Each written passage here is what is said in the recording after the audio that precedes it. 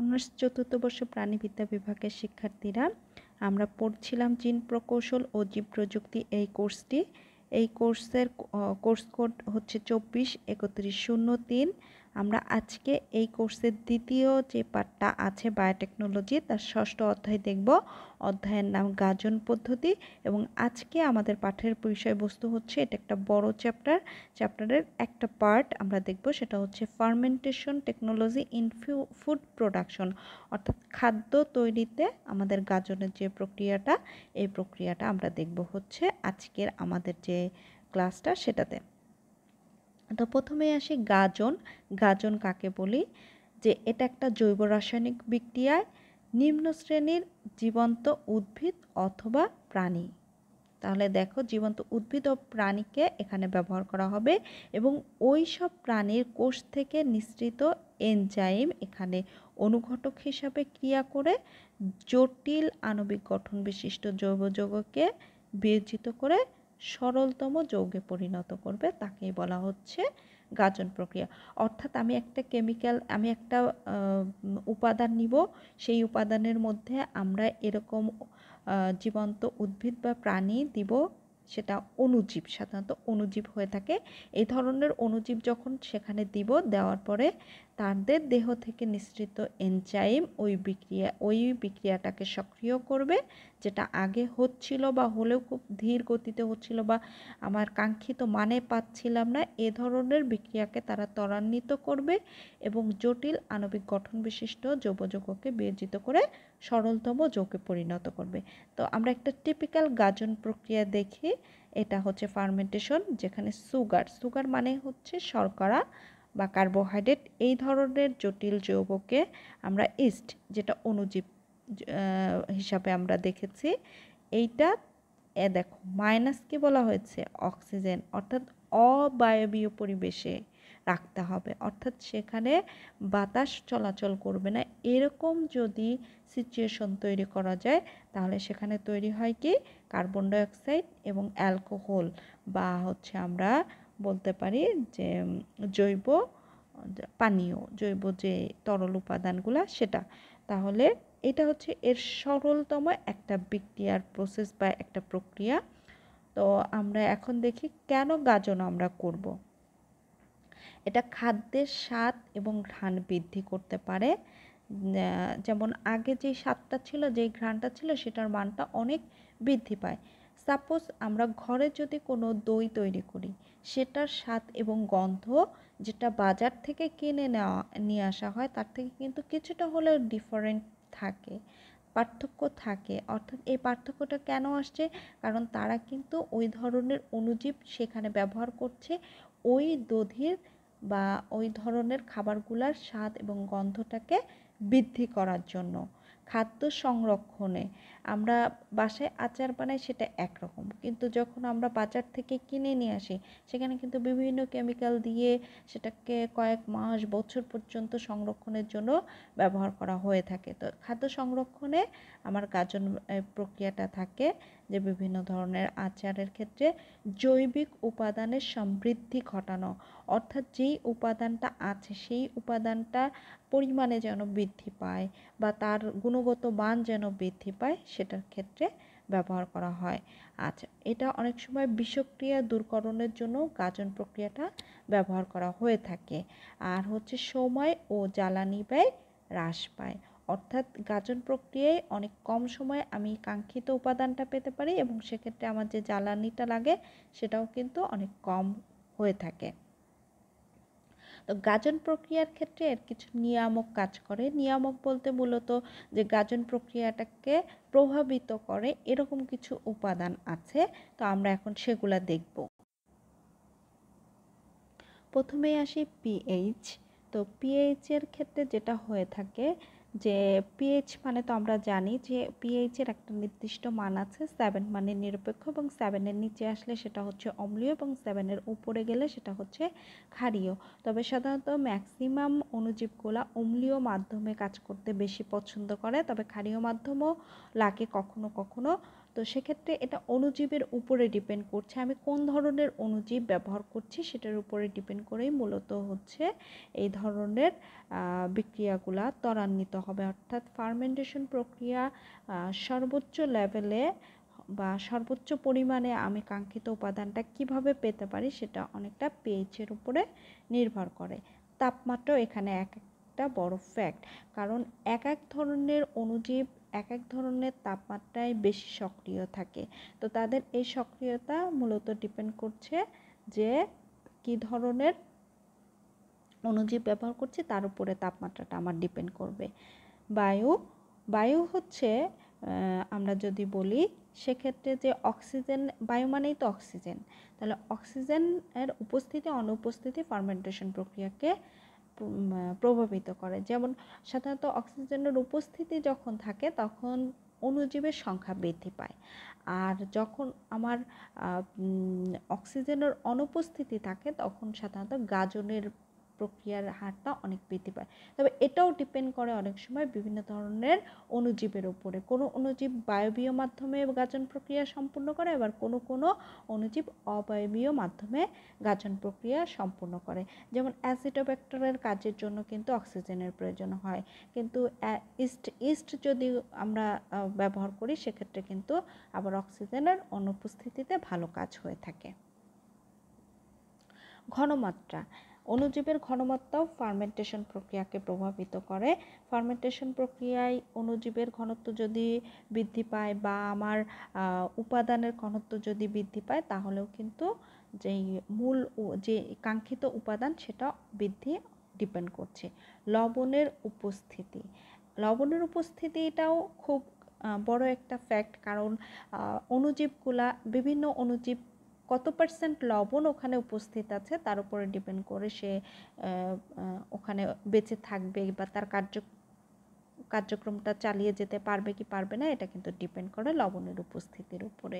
তারপরে বলকারকের ব্যবহার, বলকারক বলতে মূলত এখানে বিভিন্ন ধরনের কেমিক্যাল উপাদানের কথা বলা হয়েছে। যেমন সোডিয়াম সালফেট যদি ব্যবহার করি তাহলে অণুজীব সক্রিয় থাকে, আবার অ্যামোনিয়াম সালফেট যদি ব্যবহার করে তাহলে অনেক এনজাইম যোগ করলে এনজাইম জীবাণুর যে বংশবৃদ্ধি সেটাতে সাহায্য করে, ফার্মেন্টেশনকে ত্বরান্বিত করে। তো এই বিষয়গুলো মূলত হচ্ছে বলকারকের ব্যবহার। গাজনে ব্যবহৃত অণুজীব, আমরা এখন একটু দেখি যে এই যে আমরা গাজন প্রক্রিয়াগুলো সম্পূর্ণ করব এখানে মোস্ট কমনলি যে ব্যাকটেরিয়াগুলো ব্যবহার করা হচ্ছে, অণুজীবগুলো ব্যবহার করা হচ্ছে, আমি ব্যাকটেরিয়া বলবো না, এটা ছত্রাক ব্যাকটেরিয়া সব ধরনের উপাদানই থাকে অণুজীব বললে। তো সাধারণত ব্যাকটেরিয়া এবং ছত্রাক এদেরকে আমরা গাজনে বেশি ব্যবহার করি। তোমাদের বইয়ে যেগুলো আছে তার মধ্যে আমি কয়েকটা বলছি। স্যাকারোমাইসিস সেরেভিসি, এটা অবশ্যই একটা ছত্রাক, এটা হচ্ছে গ্লুকোজ ও চিটাগুড়ের উপরে কাজ করে তৈরি করে ইথানল। স্যাকারোমাইসিস সেরেভিসি এও বার্লি, স্টার্চ মল্ট, গরম পানি এটার উপরে কাজ করে বিয়ার তৈরি করে। একই অণুজীব শস্যমণ্ড বা ম্যাশ বা মল্টের উপরে কাজ করে হুইস্কি তৈরি করে। তারপরে স্যাকারোমাইসিস ইডিওপসিওডেন্স, এটা আঙুরের রসের উপরে কাজ করে ওয়াইন তৈরি করে। পেনিসিলিয়াম ক্রাইসোজেনাম, এটা হচ্ছে কনস্টিপো লবণের উপরে সেখানে দেওয়া হয় এবং সেখান থেকে অ্যান্টিবায়োটিক পেনিসিলিন যেটা আমরা বলি সেটা তৈরি করে। অ্যাসপারজিলাস, এটা চিটাগুড়ের উপরে কাজ করে সাইট্রিক অ্যাসিড তৈরি করে। অ্যাসিডোব্যাক্টর, এটা পাতলা অ্যালকোহলের উপরে কাজ করে ভিনেগার তৈরি করে। অ্যাসিডোব্যাক্টর ছবি অক্সিডেন্স গ্লুকোজের উপরে কাজ করে ভিটামিন সি তৈরি করে। স্ট্রেপ্টোমাইসিস ডেভিসিয়াস, এটা হচ্ছে চিনি ও কোবাল্ট ক্লোরাইড উপস্থিতি যেখানে থাকে সেটার উপরে কাজ করে ভিটামিন বি12 তৈরি করে। এবং ক্লোস্ট্রিডিয়াম বুটিলিকাম, এটা গ্লুকোজের উপরে কাজ করে রিবোফ্লাভিন তৈরি করে। এখানে মূলত ম্যাক্সিমামই হচ্ছে তোমাদের ছত্রাক, এটা ছাড়া কিছু ব্যাকটেরিয়া আছে শেষের দিকে। এছাড়াও কিন্তু আরও ব্যাকটেরিয়া আছে, তোমরা কয়েকটা যদি খুব কমন, বেশিরভাগই ক্ষেত্রে যেমন ল্যাক্টোব্যাসিলাস, স্ট্রেপ্টোকক্কাস, লিকোনোস্টক, এই ধরনের ব্যাকটেরিয়াগুলোকে সব থেকে বেশি দেখবা তোমরা ব্যাকটেরিয়ার ক্ষেত্রে। গাজনের প্রয়োগের ক্ষেত্রে আমরা এটা কোথায় কোথায় ব্যবহার করা যায় সেটা একটু দেখি। অ্যালকোহল শিল্প বলতে মূলত আমরা বুঝি ইথাইল অ্যালকোহল বা ড্রিঙ্কস, যেটা আমরা মদ বলে থাকি, এ ধরনের শিল্পে এটার ব্যবহার আছে। তো এক্ষেত্রে মূলত বেশিরভাগ ক্ষেত্রে ইস্ট, স্যাকারামাইসিস ব্যবহার করা হয়ে থাকে।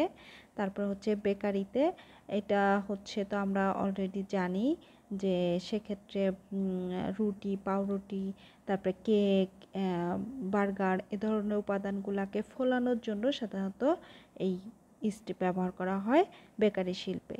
তারপরে দুগ্ধ শিল্পে এই ক্ষেত্রে ল্যাক্টোব্যাসিলাস বেশি ব্যবহার করা হয়ে থাকে।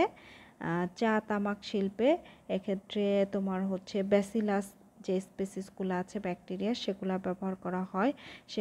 এগুলো কিন্তু সবগুলোই ব্যবহার করা হয়ে থাকে মূলত সেই শিল্পে সেই উপাদানটার গন্ধ, স্বাদ, তারপরে হচ্ছে তার উপাদান, এগুলোকে গুণগত মান বৃদ্ধি করার জন্য এ ধরনের ব্যাকটেরিয়া বা ছত্রাক ব্যবহার করা হয়। ভিনেগার উৎপাদনে সাধারণত অ্যাসিডোব্যাক্টার ব্যবহার করা হয়, ইস্টও ব্যবহার করা হয়।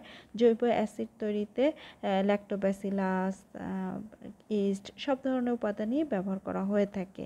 চর্মশিল্পে এখানে ব্যাকটেরিয়াই মূলত বেশি ব্যবহার করা হয়ে থাকে।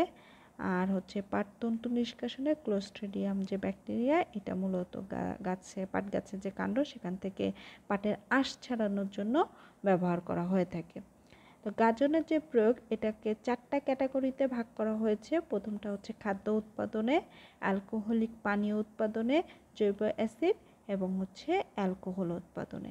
তো খাদ্য উৎপাদনের মধ্যে এটাকে আবার 4টা ক্যাটাগরিতে ভাগ করা হয়েছে। দুগ্ধ জাতীয় খাদ্য, যেখানে আছে মাখন, দই, পনির, ঘি, ঘোল, মাংস। বেকারি শিল্পে আর আছে সবজির মধ্যে সয়ারক্রাউট, আচার, জলপাই, soy sauce, miso, tempeh, tofu ও সোফু, পই। অ্যালকোহলিক পানির মধ্যে মদ, whisky, beer, spirit, sake, rum, champagne, brandy, vodka এগুলা। জৈব অ্যাসিডের মধ্যে lactic acid, citric acid, acetic acid, gibberellic acid, glutamic acid, fumaric acid, itaconic acid. আর অ্যালকোহলের মধ্যে ইথানল। এই হচ্ছে মূলত তোমাদের এই অধ্যায়ের যে মানে বিভিন্ন শিল্পে বা বিভিন্ন জিনিস উৎপাদনের ক্ষেত্রে গাজনের যে প্রয়োগ। তো আমরা আজকে মূলত আমাদের লেকচারে দেখব খাদ্য উৎপাদনে, অর্থাৎ এই বিষয়টা আমরা দেখব যে কিভাবে তৈরি করা হচ্ছে গাজন প্রক্রিয়ার মাধ্যমে। আর নেক্সট ক্লাসে আমরা বাকিগুলা দেখব ইনশাল্লাহ। তো প্রথমে দুগ্ধজাতীয় খাবারের মধ্যে আমরা বলেছিলাম মাখন, দই, পনির, ঘি, তারপরে ঘোল, এই ধরনের উপাদানগুলো মূলত হচ্ছে দুগ্ধজাতীয় খাবার। তো এই খাবারগুলো কিভাবে তৈরি হচ্ছে, ফার্মেন্টেশন বা গাজন প্রক্রিয়া, আমরা সেটা একটু দেখি। তো মাখন ও ঘিয়ের ক্ষেত্রে আমরা প্রথমে যেটা লাগবে, এখানে দুটো অংশ দেখে, একটা হচ্ছে মাখন আর একটা হচ্ছে ঘি।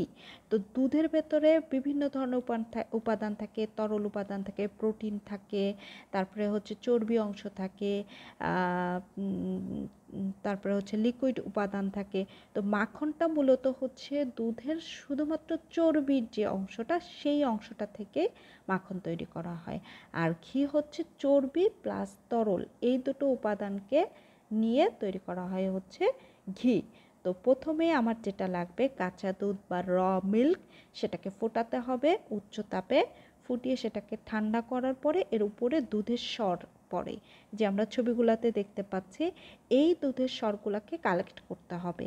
একবারে তো বেশি সর হয় না, প্রথমে একবার জ্বালালাম, সেটাকে সরটা উঠিয়ে রাখলাম, পরে আবার নিলাম, এভাবে কন্টিনিউয়াসলি অনেক যখন পর্যাপ্ত পরিমাণে সর হবে, তখন সবগুলো সর সংগ্রহ করা হলে এর ভেতরে এরপরে স্ট্রেপ্টোকক্কাস সিরিমোরিস অথবা স্ট্রেপ্টোকক্কাস ল্যাকটিস, লিকোনোস্টক, সিটোফোরাম, এই ধরনের ব্যাকটেরিয়াগুলো যদি এখানে দেওয়া হয়ে থাকে, তাহলে আমার হচ্ছে গাজন সম্পূর্ণ হবে। এবং এখান থেকে আমরা যদি দেখি, এখানে এই ধরনের উপাদান তৈরি হচ্ছে। দেখো এর ভেতরে দুটো দেখছি, একটা হচ্ছে তরল উপাদান আর একটা হচ্ছে কিন্তু শক্ত একটা উপাদান। মূলত ওই শক্ত উপাদানটাই হচ্ছে চর্বি, আর এটা তো তরল অংশ এখান থেকে বের হয়ে যায়। ঠান্ডা ও ঘূর্ণন বলতে এই যে দুধের সর ব্যাকটেরিয়া দেওয়ার পরে এইটাকে একটু পানি দিয়ে কি বলে নাড়াতে হয়, ঠান্ডা পানি দিয়ে এটাকে নাড়ালে দেখা যায় কি পানিটা আলাদা হয়ে যায়, ওটার সাথে যে প্রোটিন অংশটা, পানির সাথে প্রোটিন অংশটা আলাদা হয়ে যায়, আর হচ্ছে চর্বি জাতীয় যে অংশটা সেটা থেকে যায়। এই অংশটাকে উঠিয়ে ফেলতে হয়। উঠিয়ে এই যে এটাকে এবার ভালো করে মন্থন করতে হয়, অর্থাৎ ভালো করে মিহি করে ফেলতে হয়। মিহি করলে তরল ও চর্বি অংশ যখন আলাদা, দুটো আলাদা হয়ে গেল, এবং ওই আলাদা হয়ে গেলে আমার চর্বি অংশ থেকে মূলত মাখন, এই যে আমরা দেখতে পাচ্ছি মাখন পাওয়া যাবে। আর ঘিয়ের ক্ষেত্রে কী করতে হবে, এই যে পুরো অংশটা আছে এই পুরো অংশটাকে আমার উত্তপ্ত করতে হবে, অর্থাৎ একটা চুলায় বা প্যানে দিয়ে এটাকে অনবরত নাড়তে হবে।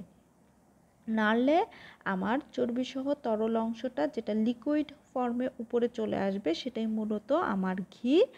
আর ওর ভেতরে কিছু চর্বির যে শক্ত অংশটা তলায় থেকে যায়, মূলত ছেঁকে বা উপর থেকে ঘিটাকে সংগ্রহ করতে হবে, এবং বাকি অংশটুকু অন্য কাজে ব্যবহার করা যেতে পারে, অথবা ঘি ফেলে দেওয়া যেতে পারে, তবে অন্য অনেক কাজে ব্যবহার করে থাকে। তাহলে তোমাদের এখানে খুব সহজ পদ্ধতি, ম্যাক্সিমাম ক্ষেত্রে তোমাদের মুখস্থ করার কিন্তু মূল বিষয়টা হচ্ছে যে কী ধরনের ব্যাকটেরিয়াগুলো এখানে বা ছত্রাকগুলো এখানে ব্যবহার করা হচ্ছে, অর্থাৎ কাঁচা দুধ ফুটিয়ে সেখান থেকে স্বসংগ্রহ করে সেটাকে আমার তরল অংশ এবং চর্বি অংশ থেকে চর্বি অংশটাকে আলাদা করে নিয়ে সেটাকে মিহি করলে আমার বাটার তৈরি হয়ে যায় বা মাখন তৈরি হয়। আর পুরোটা যদি আমি উত্তপ্ত করি তাহলে সেখান থেকে আমি ঘি পাবো।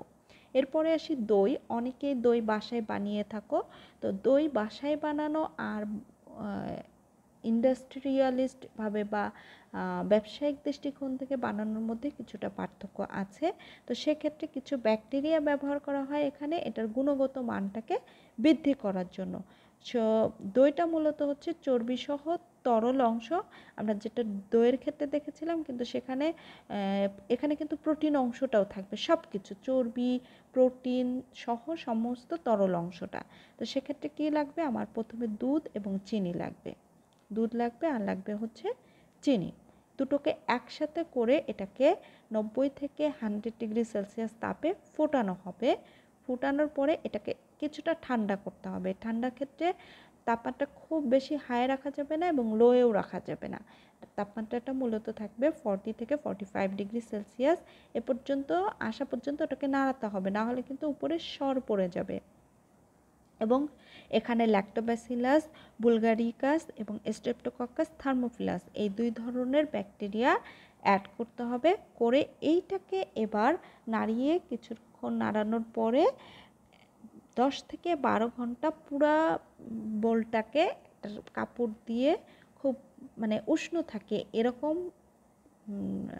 অপরিবাহী বাতাস আলো এরকম যাবে না, এরকমভাবে মুড়িয়ে একটা গরম স্থানে রেখে দিতে হবে। রেখে দিলে 10 থেকে 12 ঘন্টা এর ফার্মেন্টেশন সম্পূর্ণ হয়ে এখান থেকে আমরা এরকম দই, জমাট বাঁধা দই পাবো, অর্থাৎ যেটা লিকুইড ফর্ম ছিল সেটাই এই ব্যাকটেরিয়ার উপস্থিতিতে জমাট বেঁধে সুন্দর ফ্লেভার এবং গন্ধযুক্ত দইয়ে পরিণত হবে।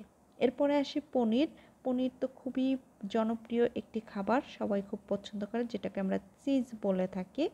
তো কাঁচা দুধ এক্ষেত্রেও লাগবে, সেটাকে উচ্চ তাপে ফোটাতে হবে, ফুটিয়ে ঠান্ডা করতে হবে। এই প্রসেসগুলো মূলত একই রকম, শুধুমাত্র আমার অণুজীবের ভিন্নতার কারণে কিন্তু তৈরি হয়ে যাচ্ছে এক এক ধরনের দুগ্ধজাতীয় উপাদান। এখানে ল্যাক্টোব্যাসিলাস, প্রোপিনিওব্যাক্টর, শারমনি আর পেনিসিলিয়াম, দেখো ব্যাকটেরিয়াও ব্যবহার করছি, আবার কিন্তু ইস্টও ব্যবহার করছি।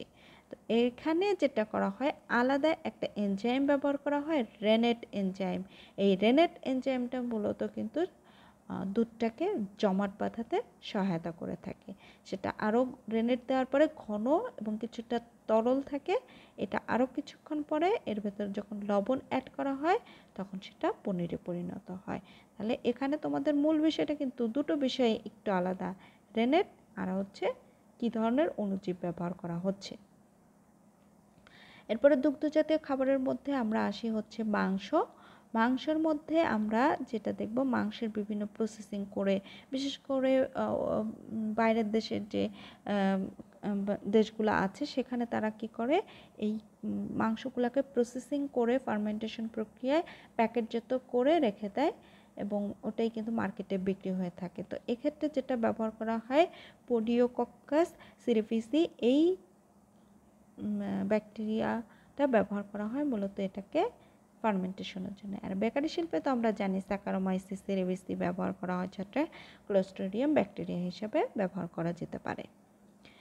এরপরে আসি সবজির মধ্যে আমার ছিল সয়ারকিট, আচার, সবুজ জলপাই, সয়া সস, মিশো, তেম্পে, তোফু, সোফু, পই। এই নামগুলো তোমাদের মনে হয় শুধুমাত্র 3টা নামই তোমরা জানো, আচার, সবুজ জলপাই আর সয়া সস। আর কিছুই কিন্তু তোমরা ওইভাবে জানো না, কিন্তু আসলে এগুলা খুবই পরিচিত কিছু উপাদান থেকে তৈরি করা হয়ে থাকে। আমরা যদি দেখো প্রথম ছবিটা হচ্ছে সয়ারক্রাউটের। এটা মূলত হচ্ছে বাঁধাকপির কুচি করে এটা থেকে তৈরি করা একটা সবজি, যেটা ফার্মেন্টেশন প্রক্রিয়ায় সংরক্ষণ করে বহুদিন রাখা হয়। আচার তো আমরা জানি, আচারের মধ্যে এটা মূলত সবজি আচারটাকে মিন করা হয়েছে। সেক্ষেত্রে টমেটো, শসা, গাজর এই ধরনের উপাদানকে ব্যবহার করা হয়। তারপর সবুজ জলপাই, কাঁচা জলপাই মূলত সবুজ জলপাই বলতে। তারপরে হচ্ছে সয়া সস তো অবশ্যই সয়াবিন থেকে তৈরি হবে। মিসো তেম্পে এটাও কিন্তু সয়াবিন থেকে তৈরি করে। এটা হচ্ছে জাপানিজ, ইন্দোনেশিয়ান, থাইল্যান্ড এই ধরনের কান্ট্রিগুলোতে এগুলোর পরিচিতি আছে। তারপরে হচ্ছে তেম্পে, এটাও হচ্ছে আসছে। এরপরে হচ্ছে আমার তোফু ও সোফু, একটা হচ্ছে জাপানিজরা আর একটা হচ্ছে চীনদের দেওয়া নাম, বাট জিনিস একই। আর হচ্ছে পই, এটা হাওয়াই দ্বীপপুঞ্জে বেশি ব্যবহৃত হয়। তো এই জিনিসগুলো কিভাবে ফার্মেন্টেশন প্রক্রিয়াটা এগুলা তৈরিতে কাজ করে আমরা, বা কোন কোন ধাপে কী ধরনের ব্যাকটেরিয়া আসছে সেটা আমরা একটু দেখি। তো প্রথমে আসি সয়ারক্রাউট। তো সয়ারক্রাউটে প্রথমে আমার লাগবে কি কুচানো বাঁধাকপিটাকে ভালো করে ধুয়ে পরিষ্কার করে সেটাকে একেবারে কুচি কুচি করে ফেলতে হবে। তার ভেতরে লবণ মেশাতে হবে। লবণ মেশানোর পরে এর ভেতরে ব্যাকটেরিয়া লিউকোনোস্টাক দিতে হবে, ল্যাক্টোব্যাসিলাস দিতে হবে। ল্যাক্টোব্যাসিলাসের 2টো প্রজাতি আছে, এগুলো দেওয়া যেতে পারে। এরপরে এখানে এই যে বলেছি আমরা প্রভাবকগুলো কিন্তু দেখছি, তাপমাত্রা কিন্তু খুব ইম্পর্টেন্ট একটা বিষয় গাজনের ক্ষেত্রে। তো এখানে কিন্তু 2টো তাপমাত্রা আমরা অলরেডি দেখছি। এক হচ্ছে 2টো বিষয় দেখছি, একটা হচ্ছে 21 থেকে 24 ডিগ্রি সেলসিয়াসের তাপমাত্রা রাখতে হবে এবং অবায়বীয় হতে পারে, যেটা আমরা বায়ুর ক্ষেত্রে বলেছি। আবার লবণ অ্যাড করার ক্ষেত্রে কিন্তু এখানে পিএইচের চেঞ্জ আসবে। তো এই বিষয়গুলো এখানে কাজ করছে। তো এরপরে যেটা করা হয়, এখানে আবার ডাইমিথাইল অ্যাসিটেট এনজাইমটা আবার দেওয়া হয়। তারপরে তাপমাত্রাটা আবার বাড়িয়ে 73 থেকে 90 ডিগ্রি সেলসিয়াসে করা হয়।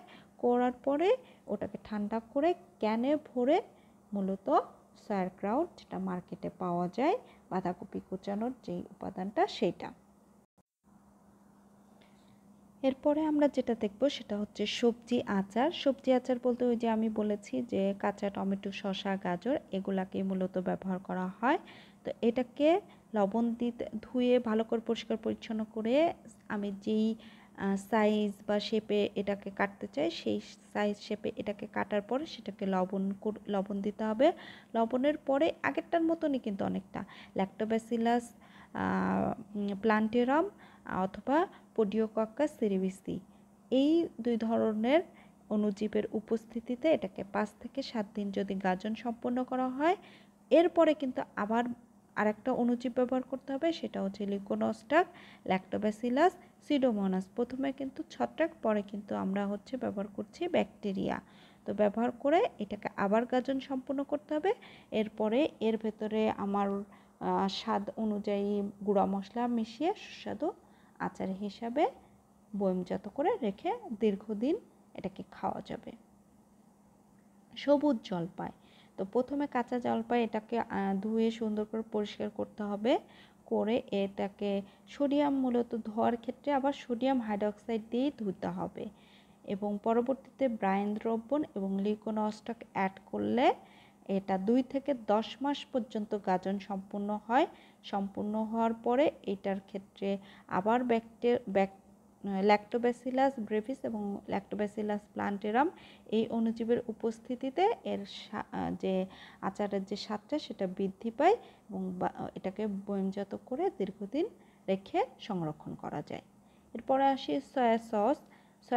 সয়াবিন যে বীজ থাকে সেটা থেকেই মূলত তৈরি করা হয়। তো প্রথমে কি করা হয়, এই সয়াবিন বীজকে 15 ঘন্টা ভিজিয়ে রাখতে হবে এবং 1 ঘন্টা অটোক্লেভে দিয়ে এটাকে জীবাণুমুক্ত করতে হবে, জীবাণুমুক্ত সয়াবিন পাওয়া যাবে।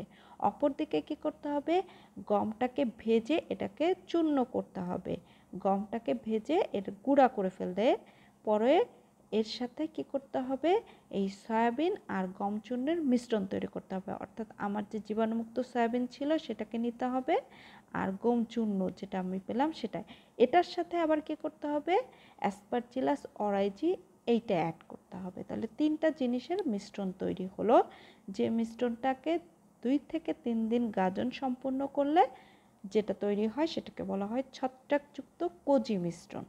এই কোজি মিশ্রণকে এবার 23% এর সাথে লবণ যোগ করতে হবে, করলে এটা মন্ড ম্যাশ বা মরিসিও নামে যেটাই বলো না কেন সেটাই, তবে মন্ডের মতন একটা আকার ধারণ করবে।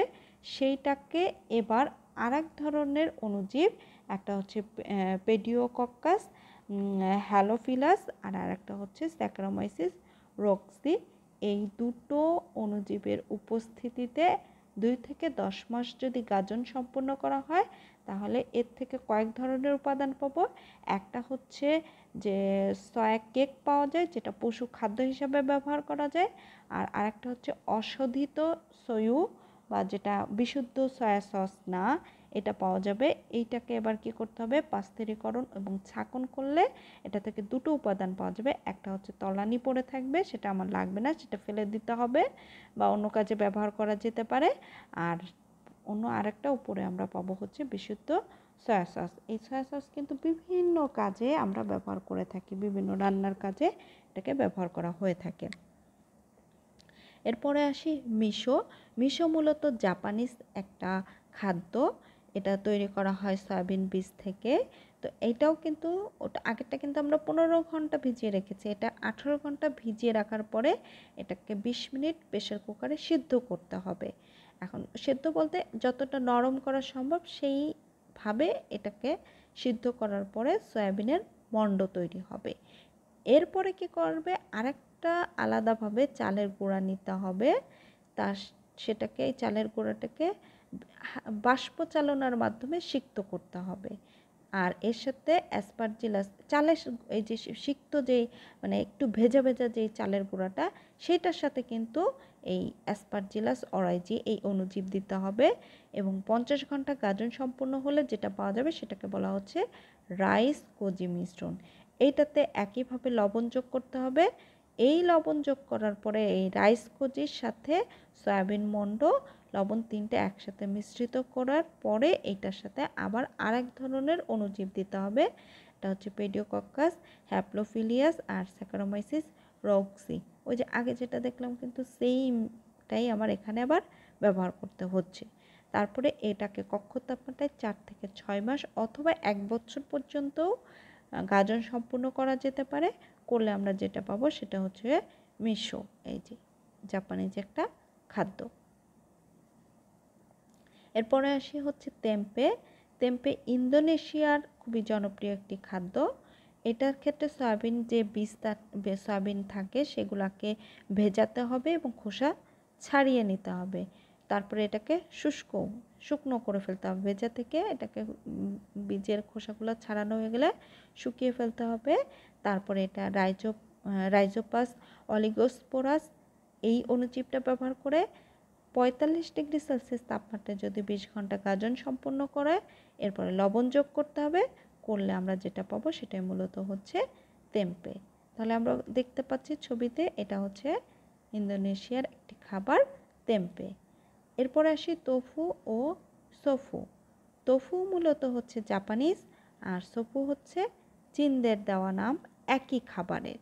তো এক্ষেত্রে যেটা করা হয়, প্রথমে সয়াবিন বীজের গুঁড়া করে নেওয়া হয়, সেই গুঁড়ার ভেতরে মিউকার দেওয়া হয়, মিউকারের পেস্ট তৈরি করা হয়, দিয়ে এটার একটা পানি দিয়ে পেস্ট তৈরি করে এর ভেতরে ক্যালসিয়াম অথবা ম্যাগনেসিয়াম লবণ দেওয়া হয়, চাপ প্রয়োগ করে এটাকে ছোট ছোট খণ্ডে পরিণত করা হয়।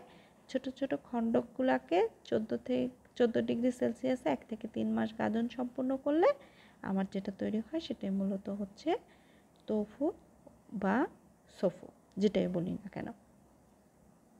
এরপরে আসি হচ্ছে পই। এটা হাওয়াই দ্বীপপুঞ্জের একটি উদ্ভিদের কাণ্ড থেকে তৈরি খাদ্য। তো এটা হচ্ছে তারো গাছ বলা হয়ে থাকে, কচু গাছের মতন দেখতে অনেকটা। এরকম একটি গাছের যে নিচের কাণ্ড থাকে, সেই তারো গাছের কচি কাণ্ডটাকে ব্যবহার করা হয়। এটাকে সিদ্ধ করে চূর্ণকরণ বলতে একেবারে পিষে ফেলা হয়। আমরা যেরকম মশলা পিষি ওরকম পিষে ফেলা হয়। ফেলে এর ভেতরে সিউডোমোনাস, ল্যাক্টোব্যাসিলাস, লিউকোনোস্টক, স্ট্রেপ্টোকক্কাস এই ধরনের অণুজীবের উপস্থিতি প্রথমে দেওয়া হয়। তার পরবর্তীতে আবার জিওট্রাইকাম ক্যান্ডিডাম এই অণুজীবের উপস্থিতিতে গাজন সম্পূর্ণ করা হয় 6 থেকে 10 দিন। করলে আমরা যেটা পাই সেটা মূলত পই একটা ভর্তা টাইপের দেখা যায়, কিন্তু আসলে ভর্তা না। এটা খুবই দেখতে খুব আকর্ষণীয়, হালকা বেগুনি কালারের একটা খাবার। তো এই ছিল আমাদের খাদ্য উপাদানে ফার্মেন্টেশন প্রক্রিয়ার যে প্রসেসটা। আমি চেষ্টা করেছি তোমাদেরকে যতটা সুন্দর করে গুছিয়ে দেওয়ার জন্য। তোমরা একটু এর সাথে বইটা যদি মিলিয়ে নাও তাহলে দেখবা যে তোমাদের পড়াটা অনেক সহজ হয়ে যাবে। এতক্ষণ সাথে থাকার জন্য সবাইকে ধন্যবাদ। আল্লাহ হাফেজ।